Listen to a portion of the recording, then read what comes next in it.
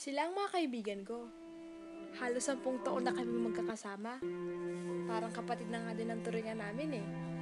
Sa saya, kalungkutan, at kalokohan, kami talaga magkakaramay. Wala na kasi ako mga magulang. Bata pa lang ako, namatay na sila. Kaya itong mga kaibigan ko na lang at si kuya ang meron ako. Si Mateo ay ang atleta ng tropa. Sobrang sporting niyang tao. Ang galing nga eh kasi kahit anong laro kaya niyang laruin. At wala ni isa sa amin ang nakakatalo sa kanya. Si Hana naman ang clown namin sa barkada. Palagi siyang may baon na jokes. Kahit corny nga, matatawa ka pa rin talaga eh. At ito, ang aking best friend. Eric ang pangalan niya. Siya yung una ko nakilala at naging kaibigan ng elementary. Ewan ko ba, basta bigla na lang kami nag-click. Lagi nga din kaming updated tungkol sa buhay ng isa't isa eh. Sa totoo lang, para ko na siyang kakambal. Sila ang mga kaibigan ko. Pero paminsan-minsan, nawawala sila.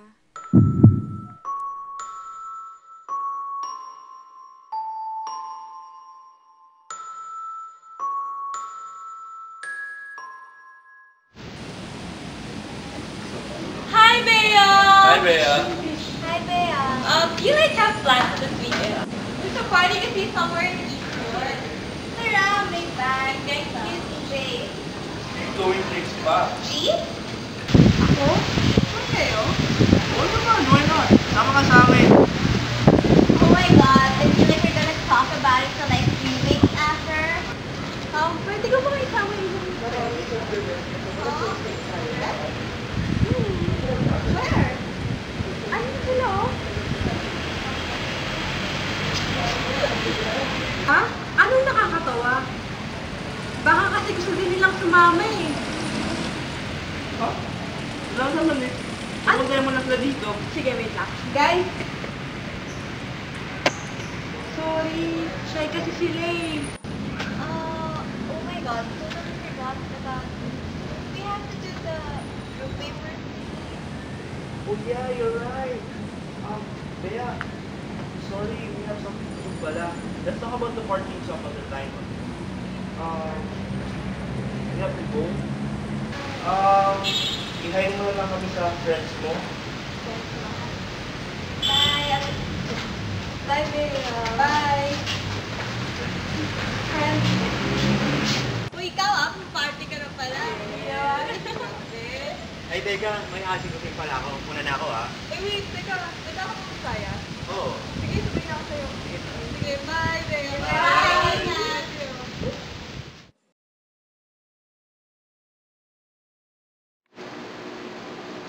Hey, Bea, wait lang ha. Mag-CR ako.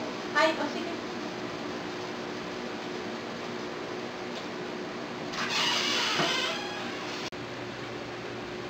Beatrice, kumusta ka dyan? Okay lang kuya. Bakit? Wala lang. Just checking. Tingin isang baso. Kay Erica to. Yung best friend ko. Nag-CR lang siya. Alright. Alright, I'll go to my room. Don't forget your medicine, okay? Sige kuya.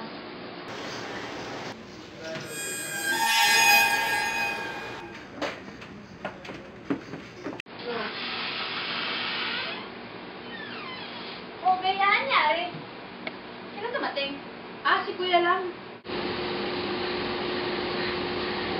Bea, Bea. Uy! Nangyari? Uy!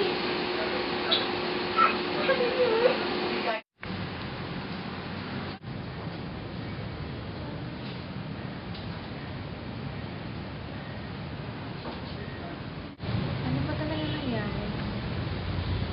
Parang may isang linggo na kasama pa natin sila. Hindi na raw nang ulit kung sinong pumatay kay Mateo. Si Hana naman, na-trauma siya sa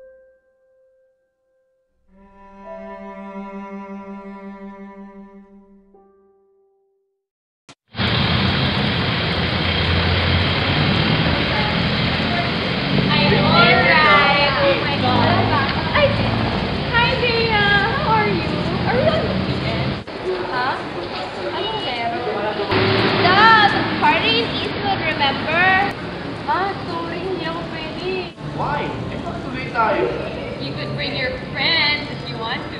Friends. Ayun nga eh. Nangyayari kasi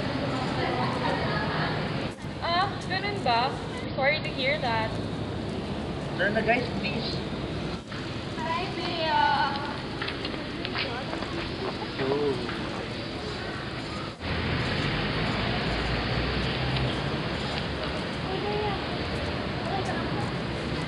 Oo eh.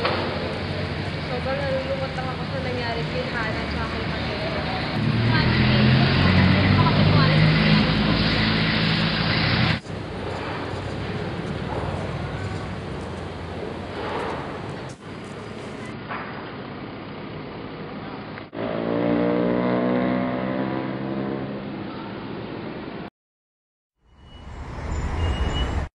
Doc, thank you for giving me time to see you. Doc, ano nangyayari sa kapatid ko? I think talaga your sister, yung kapatid mo, might be in a very unstable state. Kaya kailangan talaga natin gawa ng medical intervention. Doc, pwede mo gamot yung kapatid ko? Actually, meron naman tayong standard treatment para sa kondisyon ng kapatid mo.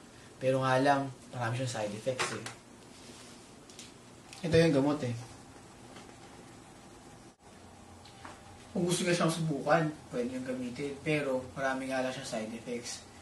Yun na yung kailangan niyo i-weigh yung risk para sa kapatid mo kung gusto niyo siyang gumaling. Anything for Bea.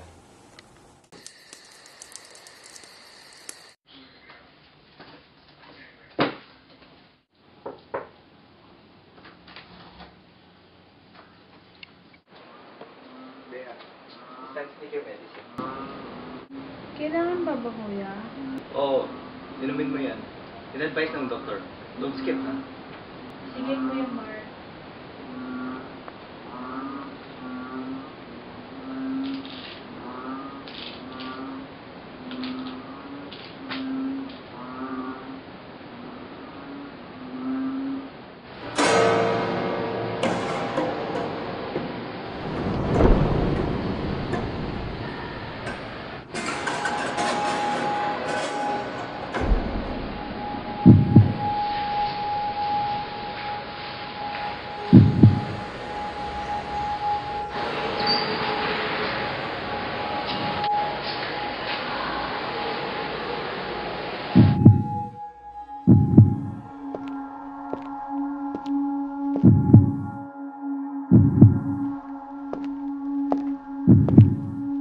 Bea, are you okay?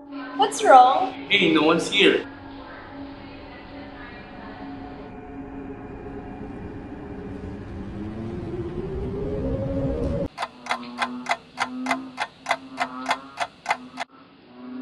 Anong ginagawa mo dito?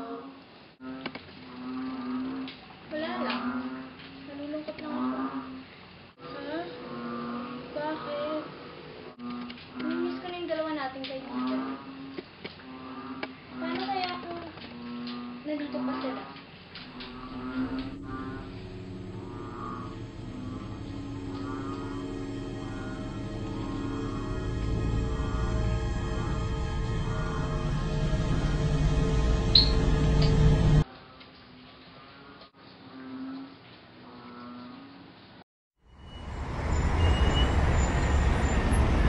Pero Doc, yung binigay mo sa akin natin, hindi na gumagana.